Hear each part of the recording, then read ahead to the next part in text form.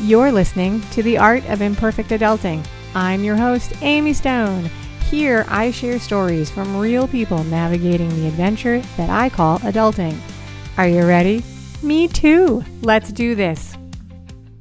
Hello, friends. In this episode, I'm going to introduce you to my guest, Emily Paulsen, and we talk about a lifestyle decision that she made about her very own adulting path and what changed when she went public with this news. Right now, at least a few people's ears are all perked up and thinking, ooh, what decision did she make? What is this? Oh my. Emily decided not to have kids. That's the decision she made. How she made this decision, how she went public with this decision for herself, and then the ripple effect of that in her life is what we talk about. It's a great conversation. You're going to love it. So let's get to it. Welcome to the Art of Imperfect Adulting. Emily Paulsen, are you ready for a fun chat today? I am thrilled to be here. Cannot wait. Yay! I start with the same question every single conversation. What part of the world do you call home? I'm in Chicago, Illinois. So there's 13 inches of snow on the ground right now. So I'm in a Really? winter. Yes. Yeah. I'm in a winter wonderland here in Chicago. All right, so I'm going to ask you about winter activities and then I'll share my latest snow escapades. All right, so random warm up question. What is your favorite outdoor winter activity? This is the most boring and non-athletic answer. It's walking. Okay. And I think I've just conditioned myself. Like I walk in the city, I don't have a car. So whether there's 13 inches of snow or not, I have to walk to go to the grocery, to go to the gym, to do whatever. So I've decided that I love it. I embrace it. And, the brisk air in your face, it probably does something for our health. So that's my Let's go with that. choice. Let's go. I don't have any data to back that up, but I agree. So I just got back from a family trip. I live in the tropics. I live in South Florida, but I Mm. just got back from dragging my kids and my adult kids and all of the luggage chasing snow in the Pacific Northwest. We thought we'd get to ski, but we did not. No, I've Oh, never prayed for snow so hard. Like I'm not a deeply religious person, so like I'm talking about like just wishing, snow dancing, like I was a 5-year-old, well, not a 5-year-old, however old you are when you want a school day, a snow day from mm-hmm. school. Mm-hmm. I was like, please snow, no snow, no snow, Oh, no snow, no I'm skiing. sorry. So when you said 13 inches, I was like, why, Mother Nature? Why in Chicago and not where I was? All right, so enough ranting about the weather. 13 inches feels like a lot. Gotta say, okay, not talking about snow. That's not the topic, even though I'm having trouble staying off that topic. What we're going to talk about today is you going public with your lifestyle choice to be child free. And I think this is going to be a fun conversation because I have a bunch of kids and stepkids, and I love them. I really do. When they listen to this show, it's a reminder I do love you. But I have been openly envious of many of my child-free friends over the past 2.5 decades. I will admit. So I'm excited to talk to you about this today. Are you ready to talk about it? Yes, I love this topic. Yeah. Oh, I'm so good about this. All right, let's start here. As you probably know, this is actually a trending topic in mainstream news at the moment because people speculate that there is a decline of this on the rise. Is this something that you research and you like stay on top of as like a person, or is it mostly just something where you're like, this is my experience and this is where I weigh in on it? It's a little bit of both. I speak from my experience and really I try to think about the child-free perspective. I feel like that is what is largely underrepresented in pop culture, cultural conversations, really on everything from like celebrity gossip all the way to serious healthcare. Like what is happening with child-free people? How are we different? How are we living life different? How do we need things to be resourced for us in a different way? That's what I think about and probably talk to people most about. But yes, there are statistics now. We have data that more women specifically, and then of course there's an equal and opposite side to that equation with men. Right. More people are deciding to be child free. More Gen Z people are on the fence about whether or not they want to be child free. That's happening in the US. It's also happening in some other countries around the world in Scandinavia. There's new reporting out of the UK. And I'm not an economist, but I am fascinated. Like this conversation gets deep really quickly when we talk about what is the impact on the GDP and what does this look Yeah. like for the educational system of the future. And, you can get really tactical or really philosophical with it. And I don't claim to be an expert in any of those fields, but it signals to me that there is a voice here, there's a movement here, there's something shifting culturally. And as somebody who's known they want to be child free for a long time, I'm excited to pay attention to that. Yeah, I agree. So I did a little bit of Googling. I'm going to show you some things and you can chime in on whether or not you think I found good data or whether or not it's poppycock. I'm excited. So I found that there's like two sort of data groups that people are looking at. One is like the census data, like, adults ages 15 to 44 and whether or not they say they have kids, right? Hmm. And then the other is survey information where they ask people, like right now we're asking the Gen Zers, like, do you think you want to have kids? And I think it's really interesting because that's like, and they're asking people of all ages, 15 to Hmm. 44, do you want to have kids? But I think that's interesting because that's like perspective on something that hasn't happened, just different data. And Hmm. then to make this data even less reliable than it might already be, just because all family data is sort of like, depends on who you ask and who's asking and how you write the question. Not that it's bad data, just that Hmm. I think survey writers are, it's an art, right? You can write the question to get whatever you want. Like you should be segmenting out people in different categories, right? Like people who are trying to have kids and are battling health conditions or they're not, like versus people who make the choice. Like there's like categories, right? That would come into research, like why are people making these decisions, right? So this group, Hmm. like, right, like that would be like, it'd be interesting to know, like, is it because, life is expensive in the city or is it because you decided when you were five, no way, right? And so this data, some of it came from Michigan State University. It was a 20 years of data about something called the National Survey of Family Growth, which sounds official, but I have no idea if it really is. And they broke it down into a bunch of categories, which I think are fun, which is why I mentioned who it was. Super academic, like academics do stuff like this, right? Hmm. So they say child free versus biologically childless. Socially childless. You might know what the difference between those two. I read them and I was like, I'm not exactly sure. Not yet parents, ambivalent, and then undecided. So I was Hmm. like, the biologically childless and the socially childless, I was like, I don't know what those are. I don't know what the difference Hmm. is. So, but people are researching it. People are Hmm. talking about it. And one of the things I think is really interesting about that, which you talked about, like the social implication, is that there's a point where it's like, well, why does anybody care? Like, Hmm. why does anybody care about whether or not we're having kids? One of the things when I was looking at the data is I found two ways that they track it with women specifically. One is they're tracking it by births per women. Like, so like Hmm. back Hmm. in the 60s, that statistic gives me a little bit of an ick factor, I've got to admit, because it feels like it's like, is there like a quota like that we're supposed to be Right. hitting here? Maybe that's just me. Maybe they didn't mean it that way. And then the other is that the CDC just does a baby count every year. Like these are live births over the year. Hmm. That's actually increasing. Like that went up 1% last year. So I think that it's like weird that it's like, Hmm. so this one is going up, but if you survey the women and look per woman, it's going down, which I think is the one that catches the headlines because it's like once we fell below two, all the economists were like, Yeah. everybody needs to have more kids. So, yeah. All right. So that's the data. Does that line up with the stuff that you have heard? Yes, it does. Yeah. I mean, I have so many feelings about it, but yes, that aligns. And I think the childless biologically and childless Yes. socially, I'm not a No, but astute you know more academic than me. So, either. yeah. But my feeling would be, I mean, biologically meaning unable to physically carry children or create children, and socially perhaps haven't found a partner yet, aren't Okay. aren't in a social position to have children. Oh, that does make sense. I'm glad that you weighed in on that because that does make sense. And then so like family construct, right, is this like really complicated topic because there are people who raise children who Hmm. like didn't have children. And there's a bunch of categories of them as well. People who adopt Hmm. kids, people who are foster parents, step parents, kinship guardians, all of those things. And they don't Hmm. fit under the category. And you talk about like where does it, healthcare, medical care, they have all kinds of specialty things that they're just outside of like the major box. And Hmm. it's a specialty thing. All right. So after all of that gobbledygook, research. I do actually have a question here for you.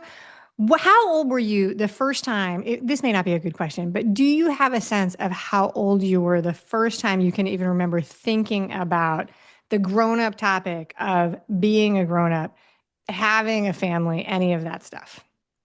Yes. Yeah, I think growing up as a traditional little girl in a traditional family in a small town, the construct of mothering is baked into the way we play from an extremely young age. I got Mhm. baby dolls for Christmas. I was obsessed with Barbie when I got older. And then, you're obsessed with Barbie, and then Barbie has a wedding, and Barbie has a baby, and Barbie has a family. Like, just the idea of motherhood was ubiquitous in what I imagined a grown-up woman to be. And, I was raised by my own mother. She was a person I was Right. spending time with. All my friends, I was with their moms. So I think for a long time, I just felt like, well, that is what it is to grow up. And surely when I grow up, I'll do the same thing. Then time goes on, you grow up a little bit, you become a teenager, and you start to kind of go through this phase of questioning, what do I want my life to look like? And do I want it to look like something that isn't familiar to me? Do I want to move to a big city if I grew up in a small town? Do I wish I lived on a farm if I grew up in an apartment, right? Like, you start to consider that you could do things differently from what you've seen before in your immediate circle. And then we have media and movies and storytelling, and you meet other people, then you go to college, you get more perspectives, and all of those things are just systematically broadening our horizons for what's possible. And something happened to me when I was, I felt like I was seriously dating, even though I was still like in my late teenage years, early 20s. But I felt like, things are kind of coming together and we're getting locked down. And like, I don't know, am I going to get engaged one day? And what would that be like? And it's like all of a sudden, motherhood was sort of upon me. And before it Okay. was this thing that, like, maybe one day I'll probably want it because that seems to be what all women want. And then I was like, the idea of it felt just so unnatural. Like, I can't imagine myself doing that. And nothing about it seemed like in alignment with who I was or what I wanted or how I pictured my future. So when I allowed myself to think, what if I just didn't? Like, what if I just didn't ever have to have a kid? That felt like such a relief. Like, just an opening to this Yeah. other lifestyle that I had so rarely seen modeled. So and then, of course, I wanted to follow that instinct and just kind of feel into, well, what would I be giving up? What would it look like if I didn't? And a huge reason why I like talking about this now is because there is so little representation of just witnessing a happy, normal, standard, well-adjusted life without children. So it took me some time between that kind of epiphany moment at, let's say, 21 to being where I am now at 38.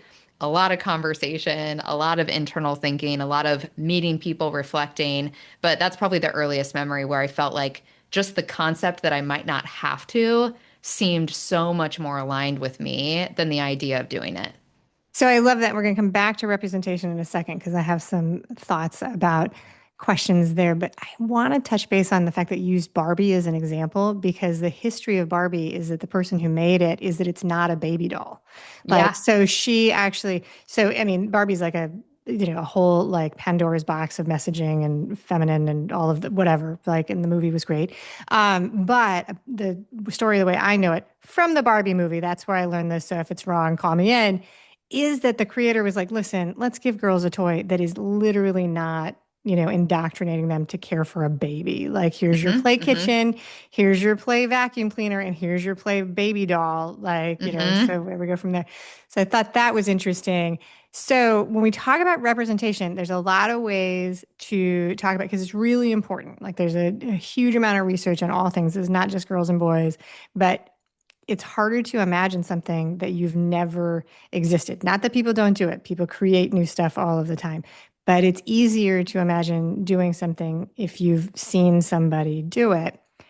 And because every single kid has a parent, we grow up in a bubble where it's very possible to believe that all people have kids because that's all you and all we and all our friends. Like, we're surrounded by adults who had, that's how we got Mm-hmm. there. There's Right. no one Mm-hmm. around us who didn't do it. And so the very first conversation, you have to be a cycle breaker. Like, Yeah. if you do this, you're breaking the cycle. So you were a teenager when you began to Mm-hmm. first think about this yourself. Hmm. and in a serious relationship, teenage relationship. And it Hmm. was very clear to you from the start that you were like you were not sure or not interested. Hmm. Yes. And I do think, well, I love Barbie and I love I Barbie love how we're still. all like, You're we're like, right. Barbie, Yeah, you're Barbie right. fan club. Yeah, she was invented to kind of show this other side. She was independent, right? In Yeah, the construct of Barbie as a storyline, she's not married to Ken. Ken is the boyfriend, and Barbie has her own house. It's not Ken's dream house where Barbie right. sleeps over. It's Barbie's dream house, right? So I think what draws us to that culturally is this idea of possibility. And what you're describing is so critical. Yes, we have innovation and we have people who break the mold and bring literally fresh perspectives we haven't seen or thought of before. Most of us aren't doing that. No. We're collecting data from the world around us and looking to others in our personal circles or on the screen or through a doll like Barbie, right? Whatever that Yeah. may be. And it just kind of gives you that little inch of understanding that maybe I could try this, maybe I could go that direction. And my goal is to never convince anybody to be child free. I feel like this is a choice, like what could possibly be more personal. My goal is for women, for all people really, to understand themselves well enough to make a choice that's right for them.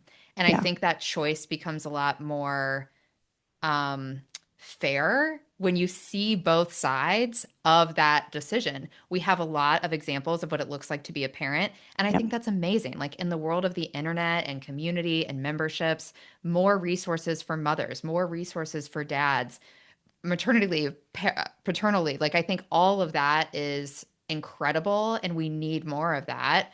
I want the same type of thing for child-free people too, just so that when that young person or person of any age is thinking, I don't know what I want, especially if you feel ambivalent about it, it's really hard to even collect the data and Yeah. understand, well, what would my life look like? What would my job look like? Where would I live? If I don't have two bedrooms in my house for a little girl and a little boy, what would I do in my house? If I'm not going to Little League practice on Saturdays, what am I going to do on Saturdays? Right? Like there's a lot of questions that come up when you really start to consider it. So I just think having options that are visible to us on all sides of the equation, all family dynamics, and we're just talking about like kids or not kids, right? There's so many ways to build a family. I Yeah. think the more we show and share that, the more people can find the path that's really right for them.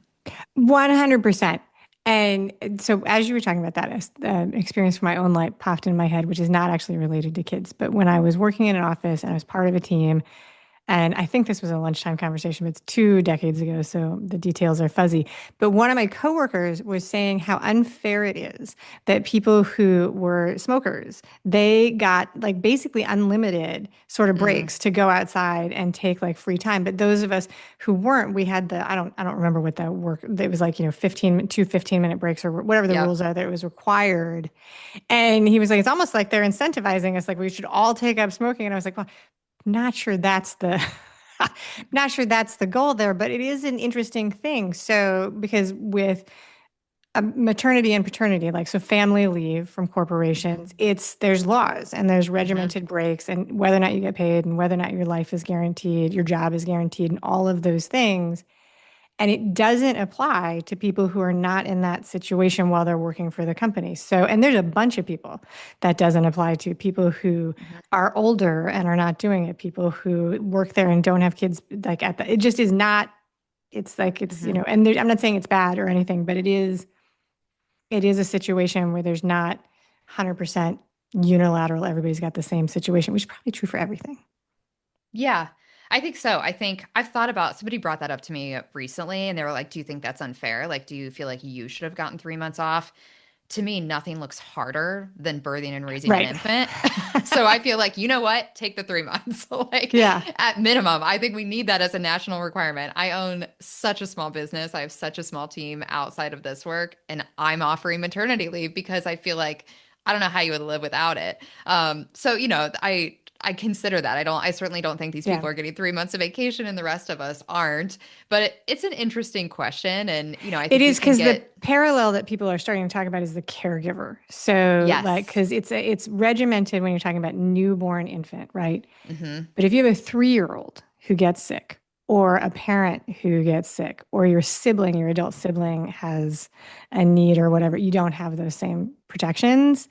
And it can be overwhelming for people trying to like do the work because like, and that is where you hear people like come up there like this is I think that generally the thing that's underpinning is that working for somebody in a corporation does not necessarily it's not necessarily supportive of a lot of the things that we have to do as humans, you know. Yeah, agreed. I think Yeah. there's so many details within that with just workplace culture and how we Yes. treat humans through different seasons. Yeah. And I would say it has shifted in my lifetime because like back in the like 80s and 90s, there was no such work from home. There was no wireless. So I'm not going to say I'm an expert I'm not going to say I'm an expert on those. Okay. So as you were going through this, is that like, what can you tell us how it felt when you first began to think about this? I'm curious how you felt when you were having this like silent inner conversation with yourself. Did it feel like it was like a great awakening? Like this is really an exciting possibility? Did it feel like, oh, am I different from everybody else if I do that? Do you remember how when it was just you before you told anybody else what was going on, how did you feel about it for yourself? I felt like it was a huge awakening. I felt like I had come to this idea that other women just hadn't. And I like sort of took it into my hands, especially in my early 20s, to like spread the word that we didn't have to have kids. So I would go to girlfriends and be like, "You guys, like good news. If you don't want to have a baby, you just don't have to." And most of my friends would be like, "That's insane. Of course I want to have a baby." And that's when I felt like, really? Like, am I the Okay. only one who doesn't think this looks like fun? Right. So internally, I felt like, wow, I've really like figured this out at such a young age. I'm ready. I'm excited. I'm going to tell everybody else. Surely they'll feel the same way I do. And the resistance when I would share this with people who I was super close with or people I trusted, and there were accepting conversations as well, but there were a lot of like, nobody could understand that. It was almost offensive that I would say it. A lot of angst around verbalizing it in those early years. And I admit that I took it way too far in like almost championing the idea that like come to my team, come to my side. I'm Yeah. not going to do it. You don't have to do it. We could all live this life together, which I think was just immaturity and being naive and lack of self-awareness in those early years. In hindsight, I'm glad because I learned a lot, right, about how deeply rooted our feelings are on this topic, how personal it is, and how we don't necessarily have this discussion within the lens of choice. Yeah. We are really excited when we hear somebody from our sister to a coworker we barely know, somebody's pregnant, they're having a baby. It's a celebration, right? And it Yeah. should be. But the conversation of like, do we want to? What are we afraid of? What does it look like? What are my options? That's less socially acceptable, let alone celebrated. So it was that kind of outing myself just in my personal circle that made me realize not everybody's on the same page. And there's a graceful way to discuss this without stepping on toes unintentionally. So, and that is such an important discussion because as you age up, like so we all have our, we don't see the world past the end of our nose sometimes, but it's not, I mean, there's so many people who will react to discussions about families in different ways, and you never know what's happening around you. And so, Yes. on social media, people are doing like these outrageous like birth announcements. Mother's Day is this whole thing, Father's Day, all of these celebrations that are built around family. And there are always in any single group, there are people who have a different perspective. Hmm. They've decided not to do it. Like they just broke up with their boyfriend and they don't know how they feel about it. Their mother just died. They don't get along with a million different things, right? And this bigger conversation about like be sensitive to what you say about this in a like public group situation, I think is a great thing for people to keep in mind. And I say that with the full exposure that if you had talked to me when I was 21 or 22, I was clueless, did not realize that the person on the other side of the desk could have a completely different, situation than me and not appreciate my enthusiasm for the baby shower down the hall. Yeah, I share that completely. I was clueless as well. And some of those conversations, like thinking back to things I've said, it still stings, just lack of perspective on other people. But I think it's a balance now between, yes, being sensitive and paying enough attention to the fact that other people have, in some cases, wildly different experiences, Yeah. without changing how you feel. I can recognize that there are women all around the world who desperately want to be mothers and can't for a reason that's outside of their control. It's Yes. painful, it's emotional, it's sad. I have empathy for that, and I want those people to have a platform to share their stories as they want to.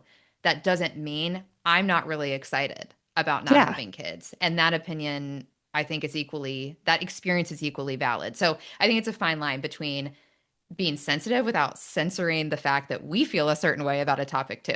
Yeah, no, I completely agree. I completely agree. And I think that there's levels of it. There's the unawareness that anybody else could ever even have a contrary opinion. Like in my teenage years, I had a friend who did not like chocolate. And I remember when she told me, I was like, that's not possible. Everybody likes chocolate. I just didn't, I was just like, you need to try it again, Yeah. like, Yeah. Or you're and then, lying. right, how is Yeah. it? But the truth is, she just doesn't like it. Today's, Uh-huh. she still doesn't like it. There's that sort of unawareness, tone Mm-hmm. deafness, like inability to even conceive of another opinion. And then there's the reality that put 10 people in a room and they're all going to have a different life experience. Put 10 people in a family and they're all going to have a different experience. Totally.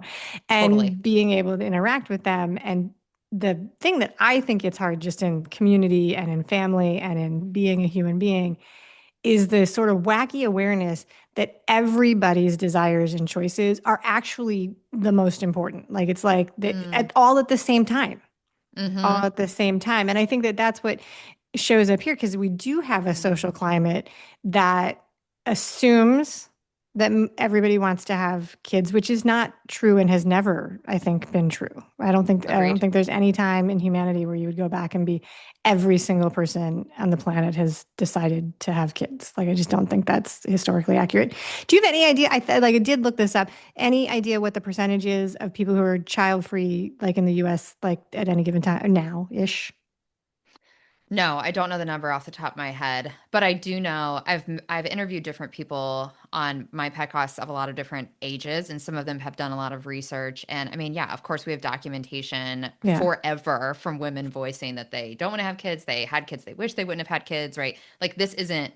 I don't think any of these feelings are new. I think we're Right. talking about them in a different way now. But yeah, I would be curious. I should know those numbers. I'm curious what that looks like. I think that yeah, I think it's probably because they do break it down by age and to be historically, like the conversation has shifted over time because if you were having this conversation in 1969, Hmm. the issues would be different because the medical options and interventions and options were different. And so it is, and hopefully they will stay different, just as a slight political nod, please. Agreed. But the all right, so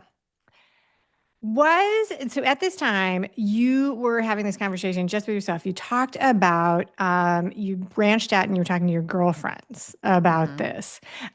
When did it become like more of an outing like to your family and extended network? Did that happen just right after that, or when did that become the reality? Did you schedule like a family meeting? Was it a Zoom, pass the potatoes at the Thanksgiving dinner? Yeah, for some people I know that is the experience. Like, yeah, I'll speak to my own Yeah. experience and then I'll share some of the things I've heard from others in this community because, as you can imagine, with anybody, with any group, there's a wide range of how these experiences happen. For me, like, I don't remember any specific serious conversation where I like told my parents, like, bad news, you guys, no grandkids from me, right? It wasn't like that. I think I'm an outgoing person. I'm an extrovert. I'm a verbal processor. So what I'm feeling is kind of out there. And I think I just started talking about it more when I was talking about it with my friends, and I would talk about it with my family. And there was kind of this era where my world was still pretty small, like graduating college and getting first jobs. And, I think my inner circle was probably like, yeah, this is, she's 21. Like, this is what she says she wants. Who knows when she That's what actually I was has, thinking. Yeah. yeah, like, Yeah. she'll change when she gets older, when she has the right partner, when she settles down, whatever. Like I'm sure that there was an internal feeling from some of those people that they don't need to worry about it because it's not going to stick. so it was really like as time went on and I was getting older, which of course is part of this equation for women, whether we like that or not. Yeah. Then there was more, like my mom being like, well, wait, like for real though? Forever? And have you thought about it from this perspective? And, a little bit more seriousness with the questions. And then when I was dating through my 20s, I felt like it was important that I was forthcoming with that. And there were, of course, dates that never went from one date to two dates because not that I was bringing this up in the first 5 minutes, but if we went there and like, what do you want your life to look like? And I would Yeah. say, I don't want to have kids. There were men who were like, oh, I definitely do. And that was the end of the conversation. So it just kind of started to expand and then it would come up at work. And, once you start to hit 30, then there's like a lot of questions from Yeah. everybody. Like, we talk about this in life. I think we all do this to each other where you're single and everybody's like, when are you going to get a boyfriend? Then you get a boyfriend Yes. and everyone's like, when are you going to get engaged? And then when's the wedding? And then, okay, now you're married. When are you going to have a baby? Right? Like we Like the just, same day, like in the reception, people are like, when are you having kids? It's the yes. craziest switch. It's like, hello, I haven't even opened my presents yet. Yeah, like we Yeah. just shove each other down the line of life. And I don't know if it's like we don't have anything better to talk about. Like we should look at that, right? Like Yeah. why don't we have any other conversation topics? But yeah, it was really in that era of like turning 30, early 30s where I think people who cared about me kind of started to panic. Like, okay, she's really going to lose her shot if she hasn't thought this through. So then I had to have more serious conversations like remember a decade ago how I was talking about this? For me, nothing's changed, right? I've thought it through. I feel sure. I've shared this with potential partners. Then I have a husband now who he was on the same page before he met me, right? So it took some, I don't know if convincing is the right word, but it took some time to, I guess, yeah, convince people that I was steady in this. And I think holding that confidence, conversation after conversation, year after year, allows them to be confident that there's not going to be regrets on my end. Right. We can all kind of let this decision lie and talk about something else. Yeah, no, I think that and I think actually you mentioned the dating thing and that you didn't necessarily bring it up on the first topic, but okay, I'm not on any dating profiles because I'm married, but like I've seen my younger friends when they show me, I've seen the little profile things. It is a big thing for people who are my age who are dating, whether or not you have kids. Like, so that's like an Yeah. open part of the profile. And when my friends, like in my 30s and 40s, people who were dating with people with kids and doing that thing, like that, it's a really important Hmm. conversation to have. And for people who are secure in their decision, sure about their decision, I think you might as well like lead with it. Like, here I am and I'm not interested in this. I do think that it is. I think that part of this, and tell me if I'm way off base, I think that there is a difference with the way that people receive this message about child free from men who make this announcement to women who make this announcement. Is that line up with your experience and your perception? Yes. There are Okay. so many less questions and conversations for a man. And I ask my husband about this all the time. Like, how often in a golf outing does somebody bring up kids at all, let Right. alone discussing, do we want them, right? Or Right. do we have them? I think it's less part of the cultural conversation for men. And I also, I mean, yeah, I'll stop there. I Yeah. could go on forever. I think it's rooted in what happens to the kid once it's born and who becomes the primary caretaker I think, for yeah, them, it's which we know as women, but right. there's a lot there. But yeah, I mean, so I would be tempted to say that when we think about men who make this announcement, that people are going to judge them as being, afraid of commitment and so on and so forth. Whereas, like you referenced that your mom was following up. And I don't know your mom, and I'm sure she's very loving, so I don't want to throw her under the bus. That's not my intention. But to make sure you were sure in your decision, and that you were aware of the very real, like we would, we want to go for gender equity and all of these things, but there is a biological element of this. 100-year-old women are not out there creating new human life yet. So, Yeah. and so that is a thing that people do talk about. In my family, the only person who's allowed to ask the kids at this point about that is the 80. She's 88, Mm. grandma. She's the only one allowed to ask, and she can be brutal. So she's already on the grandkids. She's like, well, yeah, because they're still teens. And I mean, if you asked me when I was a teenager, I was like, no, that looks horrible. I'm never doing that. So I'm sensitive to that. And then I did actually change my mind, but unrelated. But like she will pressure them and she'll be like, well, you should change your mind. And the more it's like crazy the amount of pressure that comes from her. It's just like, okay, pass the peas. Let's talk about anything else. Yeah. So yeah, did you get anybody who pressured you who really put like a spin on it within the family? Like, how could you do this to me? No, and I'm really grateful for that. I was met with a lot of acceptance and which I credit to my family, to my parents. My parents listen to my show, which is centered around child-free perspective. They listen to every episode. And there is a real consequence. I think that's another thing that isn't talked about too much. You just mentioned it there with grandkids or, Yeah, grandmother talking to her grandkids about this. When you're in a family unit, and if you're in a family unit you care about, like I do, yes, it's the fact that I don't have kids. It is the fact that from me, my parents don't have grandkids. If my brother has a child, it won't have first cousins, yeah, right? So there is a ripple effect of the choice, which I don't take lightly. I don't think we owe our choices to anybody, including our parents, our siblings, the closest people. But I care about them and I care about their life experience. And that may have been part of their picture that is now no longer there because of something I'm doing differently. So I'm really grateful for the acceptance I've received. But the more I'm in this community, the more I realize I feel like that's the exception, which is unfortunate. I do think okay. there's a lot of pressure. And I think it comes from that place of everybody kind of picturing their own life. And if there was an expectation that your kids were going to live a certain way or do a certain thing around this choice, and then they kind of pull the rug out from under you and go a different direction, that's jarring to the parent's identity. It So it's is. not that I'm not sympathetic to that. I think that's all very real, and we can give each other grace in how we all feel about this. But that doesn't mean that we get to shove a choice on somebody that they feel sure they don't want. So you have just summarized absolutely every parenting book for adolescents and above, because it's this weird thing where, when you have children, like it or not, no matter how much you try to or not, you sort of, make assumptions about what will happen. So I have brown eyes, they'll have brown eyes. I went to college, they'll go to college. Insert, I like, will they, do the hobbies and sports I do? You run into families where everybody goes to the same college, everybody does the same Hmm. jobs. Sexual orientation is a big one, like which Hmm. surprises people. Disabilities, like people who have children who are born surprisingly with Down syndrome or other things, those Hmm. are big change ups.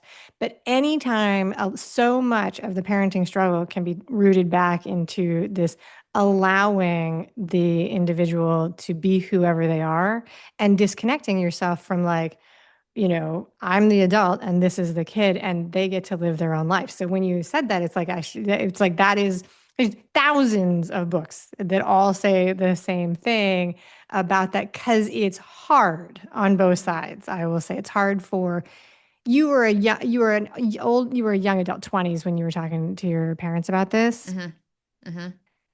I mean, it's hard. It's hard at that point. It's just like it's hard to tell your parents that you want to quit violin lessons. It's hard to tell. All of those things are tough, but I think that little element is so much broader than this individual topic. Okay, so you mentioned the Hmm. ripple effect there. That was in there. What other ripple effects came up when you, or if any, when you decided to go public with this discussion? I do think voicing that you are child free gives people this societal permission to tell you what they think of you because of that or what they think about it. That sounds so And fun. I'm kidding. Sounds and terrible. we don't do it in reverse, right? Yeah, Like if I'm in an Uber, this has happened not long ago. If I'm in an Uber home from the airport, I'm doing everything I can not to have a conversation, but we're having a conversation and they ask, oh, do you have kids? Which is so commonplace. I just say no. That's always my answer. No. right. Do you mind if I ask why not? And then, I can decide how much energy do I have? How much do I want to share? And I'm really comfortable with this because I've made this choice out of alignment and out of fun. For some people, that question is horribly painful. So I think we should stop asking it. But you never hear, like, do you have kids? Yes. Do you mind if I ask you why? Like, Yeah. we don't do it that way, right? Even the categories that you mentioned at the beginning, which are interesting and real with the statistics, but the categories of like, okay, so people are having less kids. Are they having less kids because they physically can't? Are they having Right. less kids because they physically can't afford it? Are they, Right. it's like, let's put these into psychographics and groups and like study like why are people doing this, and we don't have big studies of parents are like, okay, you all decided to have a baby, why? Because you Yeah. think your genes are superior, because you Right. think, we don't do that in reverse. So But and I I'm want to not be in, I want to write that survey. I want to write that survey.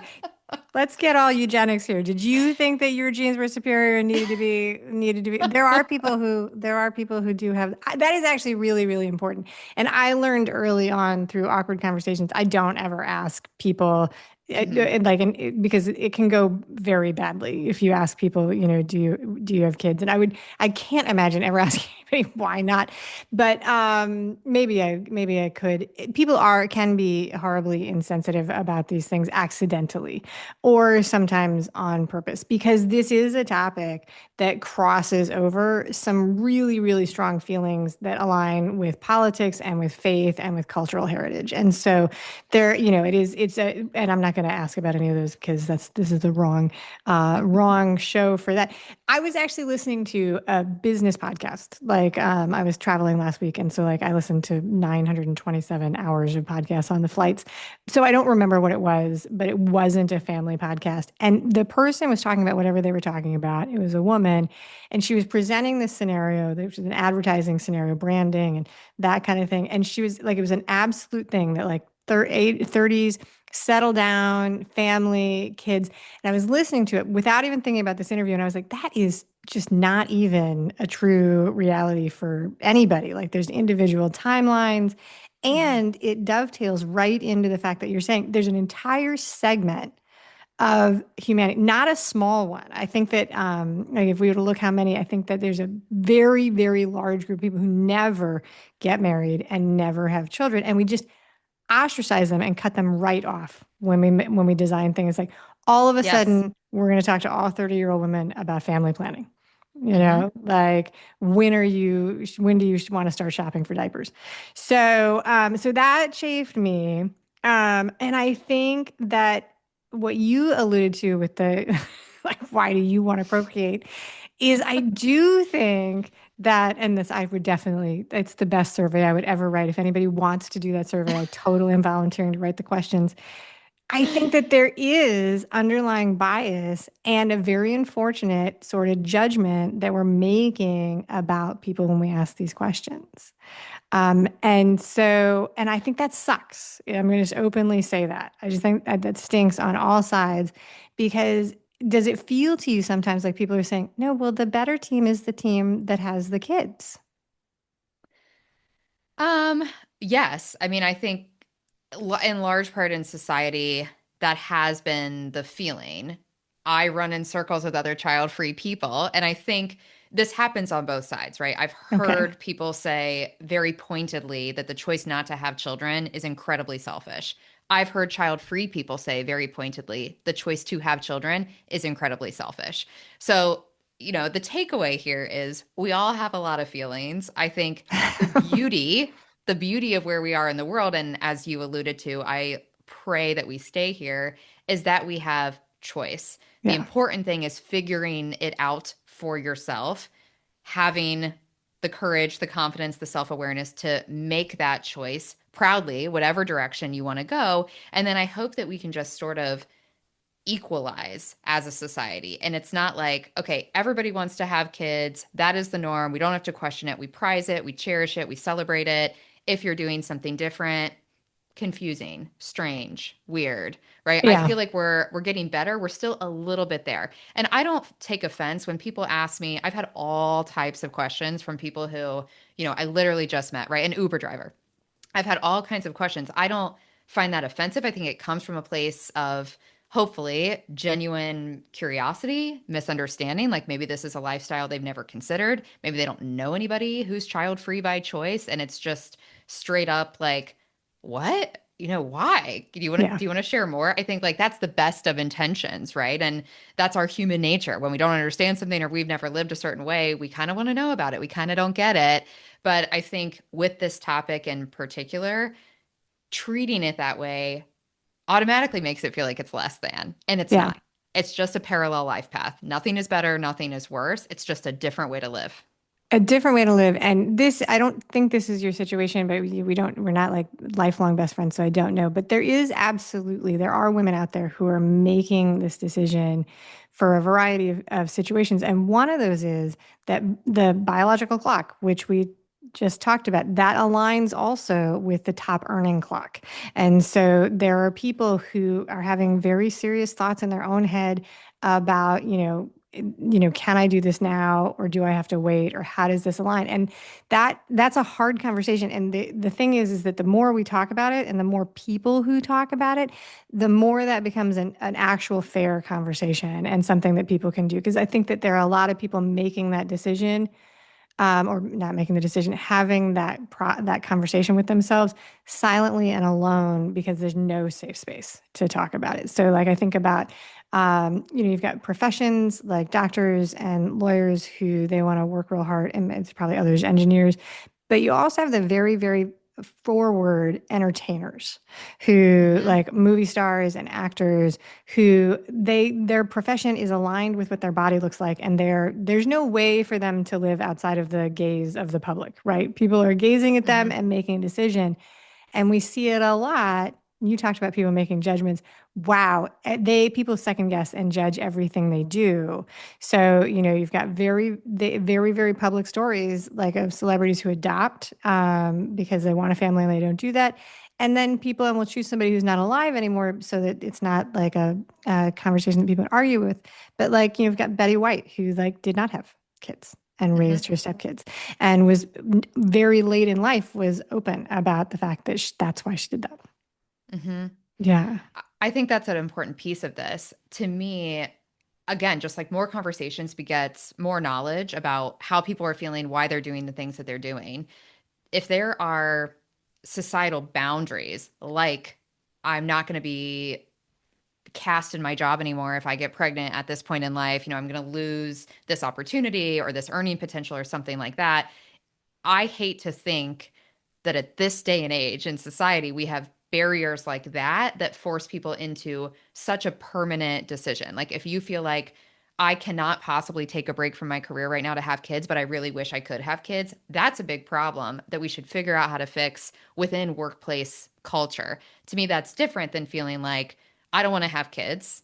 Yeah. Instead, I'm going to focus on my career, right? It's not Yeah. a cause and effect. That makes me sad to think that. And I know, I mean, career is sort of a fun run, right? There are all kinds of other reasons with physical trauma. You mentioned Yes.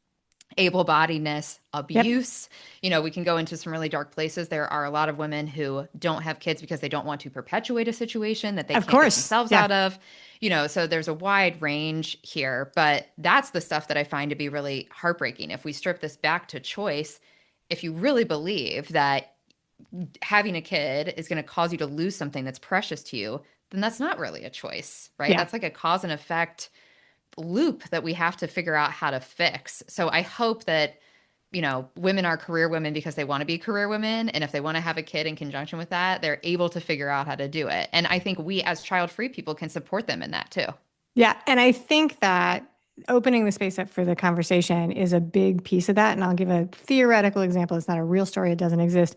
But when like so as somebody who has it's very famous, it doesn't have to be my own personal story. Sleep is not a thing that happens when you have small humans in your house. Like you're very very tired, but if you don't have a scenario in your family, in your community, in your job where you can talk about that with the people around it, for whatever reason, then there's ripples like that. It's like, do you Mm, go to work and fake it through that when you're sleep deprived? Does your boss assume that you're sleep deprived or that you can't do it? Like there's two sides of that, right? mm, Like nobody wants their surgeon to be sleep deprived, but also there are ways that people can run their family and prioritize that and have good, and do that, not being able to talk about it without risk of shame, judgment, persecution, penalty. That's a problem. mm. That's Yes. that's a problem. That's a critical thing. A lot of the articles I read, you mentioned at the beginning, this is kind of becoming more of a buzzword in culture, and there's more publications, more research being done around this whole concept of having kids, not having kids. And a lot of the articles I read, it's like the angst between women, between coworkers, between friends, between sisters, where one of them has a baby, one of them doesn't have a baby, and they both constantly assume that the other one Yes. is making negative assumptions about their life, Or the right? one who doesn't have kid is always available to show up, to do the babysitting, to do the things, which is not fair. Yeah, And it's I did both that when sides that feel last question, unfair. I was totally talking about it from the point of view of the person who has kids, but it's like, yeah, no, assign this task to this person. They don't have a family. That would be Yeah, really unfair.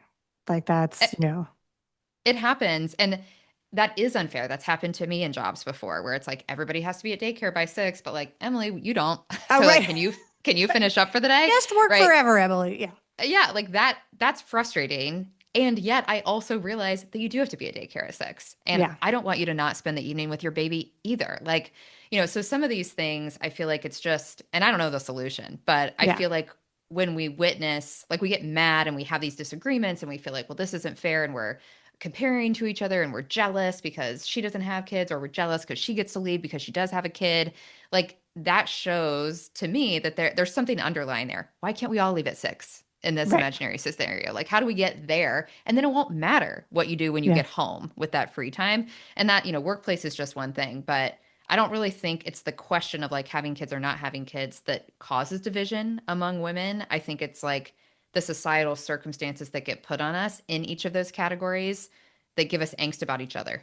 So I agree with that. I actually, you know how crabs in the bucket analogy where the crabs will pull each Oh, other yeah. down? Okay. So my thing with that, because they talk about like women will attack each other, like so in the workforce, like people will like that, and they describe it as crabs in a bucket. But my thing with that is that we humans are not crabs. And the reason the crabs are like pulling each other down is because they're crabs and they don't know. And they're all just trying to get out of the bucket, right? So it's a bad analogy. But what's missing is the like structure in the ladder. Like if there was a Hmm. ladder or a path, the crabs would just walk out of the bucket, right? And so within that same thing, it's like I think the reason that within groups people, sort of attack each other and get competitive is that missing framework of this is how we can successfully do this overall. So that's my little theory about that. But I don't have that. I can't offer it to mankind to fix it on this podcast. Okay, so in a second. Okay, so one last question, and then we'll move into wrap up because I could talk to you all day. Okay, what would you like to know? What would you like people to know through the world and polite society when they are talking to people who are child free? Like, what's like one thing that you wish you could just tell everybody? Don't ask us why. Don't ask you And why. Okay. we won't ask you why you do have kids if you do. Otherwise, I would say just be normal about it. Like, there's Don't be not that weird. big. Don't be weird. There's not that big of a difference. Back to parallel paths, right? We're living life. Maybe there's nuance within our life that looks different, but we don't have to address it. It's That's normal. very cool. I think that's actually really, really good advice. As there was a comedian, I think it might have been George Carlin, who was like, do not ask unless you like literally are witnessing the delivery, like never ask. Like just never ever ask. Okay. And it's not bad advice, honestly. Okay. So in a second, we're gonna do the final questions. I want to make sure that we share with everybody about what you do and about your show. So you have your own podcast and it is called Curious Life of a Child-Free Woman. So tell us a little bit about that and the links for where people can find that. And you will be in the show notes and in the email that goes to everybody. I really appreciate your willingness to share. It is a podcast that explores today's most interesting topics from a child free perspective. So, we talk about everything from week to week: menopause, personal style, solo travel, caretaking and aging. I've interviewed death doulas. We have one coming up about party planning. Like, the topics really run the gamut. It's things that I think we're interested in learning more about. It's curiosity at its core, but I simply bring a child-free lens to that conversation Yeah. to highlight the things that are a little bit different for us.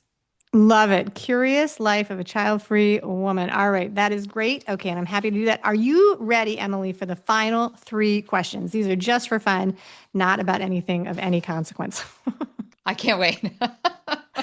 All right. What is the most impulsive decision you think you've ever made that you are willing to share with total strangers here in the audience? I've done this multiple times, quit a job with no backup plan or savings of note because I felt it was sucking my soul and doing nothing would be better than going there every day. So I talked the interview I did before this, the lady talked about rage quitting. Were those rage quits? One for sure. That's so For funny. sure. Desperate That's and rage filled. that, yeah, that's so I love that pair of words that she's used it. And I was like, that's fantastic. All right. If you are sitting in a waiting room for an appointment or a flight or whatever, and you're alone, so you can't talk to other people, like you don't have your own crowd, you could talk to other people. How do you entertain yourself?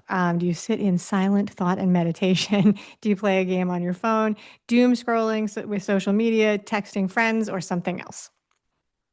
Work emails. And I hate that answer. I'm glad I feel confronted and convicted. And That was not maybe the if we intention. I know, maybe if we talk in a year, I'll be like, I just meditate. But for now, I try to be as productive as possible in any moment of downtime. That is, if you can interview me every day from now until the end of time, my answer is never going to be meditate. I only meditate like because people tell me it's good for me, and I have to like schedule it and be like, okay, fine, Oh, I will under pressure do this.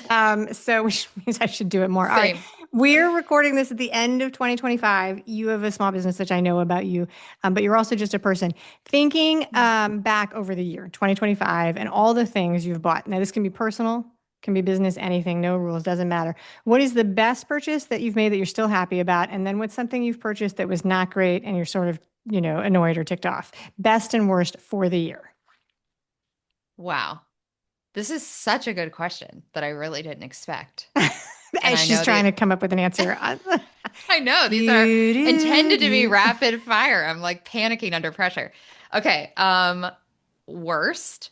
I've tried to be on this mission against fast fashion for Okay. a while now, and I succumbed. It was like a last minute an event, and I was like, oh, I just hate all my dresses.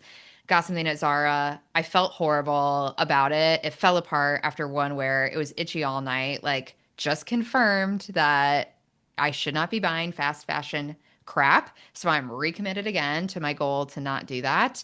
Um, Best thing I bought. Oh, we got this goes back to my like emails and doom scrolling. We got a new couch. We got a custom Okay. couch, and I really wanted it for a long time. And, it's like the core of our home. We entertain a lot, and it's a couch that fits like 15 people on it at once. So all Wow. of my like watching Mad Men, vintage conversation pit, cocktail party, I'm trying to make those dreams come true by way of environment in my living room. And that was a big Yeah. step closer. Love it. Oh my gosh. All right. Custom couch. That is Oh. so good. Once upon a time, a long time ago, we were buying a new couch. I have a big family, so like we are hard on our furniture. We went to the furniture store and we were shopping for couches, and it was me, my husband, and like a gaggle of the children. Like it was not alone. And I had picked out this, like, they were finally old enough to be out of the sippy cup age, which is why. And I was like, oh, we could get a couch. And I had picked out this like fantastic, like mid-century caramel Mm. colored leather couch. And I was like so excited. And I turn around, the entire family is on this like this like wraparound thing with the recliners and the seats and the refrigerator and all the stuff. And they're just so happy. And I was like, I have lost. I have Oh, lost. And for like, and we ordered that couch and came home and everybody loved it. And it was like the greatest day of my life when we like moved and I was like, goodbye to yeah. that couch. Never Oh. wanted it, but everybody loved it. It was like hilarious. They were like, look, it reclines. Look, I Mm. have a car. I was like, oh, okay. Oh, Anyway, I love the custom couch for you. That's it, Emily Paulsen. Thank you so much for being a fantastic guest today on the show. thank you for having me, Amy. It's been a joy. Thank you for listening today. I hope that you enjoy the show. And before I go, I want to encourage you to become a bigger part of the conversation. Obviously, subscribe wherever you're listening to the show. Listen to more episodes. That'd be great. Obvi again, please write a review and tell your friends about the show. That truly is a great help for getting the show in front of new people. Okay, but more fun for you yourself, head over to imperfectadulting.com and join the email community. You'll get some free stuff right away, and that way you'll begin to get the emails about the podcast. This includes the links for the special offers from the guests, and it's the only way to get that. Also, if you aren't in the mood to listen, I actually include an article directly in those emails. Whee! Now, if you love this and you crave more time with me, Amy, as a coach, a mentor, or just adultier adult, numero uno, check out The Village. If you have a story you want to share with the listeners, I'd love to hear from you. I have an open application. Just let me know you want it. And that's a wrap for today. Until next time, remember, the journey is the destination. Ralph Waldo Emerson said that, not me. Well, until just now, I did just say it.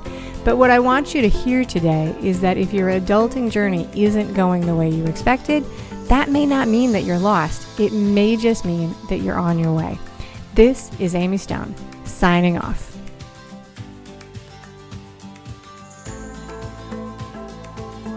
The Imperfect Adulting podcast is created and produced by Amy Stone and Amy Says So. Anything expressed on this show is offered as entertainment, and the views of the guests may not always represent the ideas and viewpoints of the host. That's me. Amy does not intend or hold herself out to provide professional advice or recommendations of any kind. In the end, you and you alone need to make those kinds of decisions based on your personal and individual situation, needs, circumstances, and comfort level.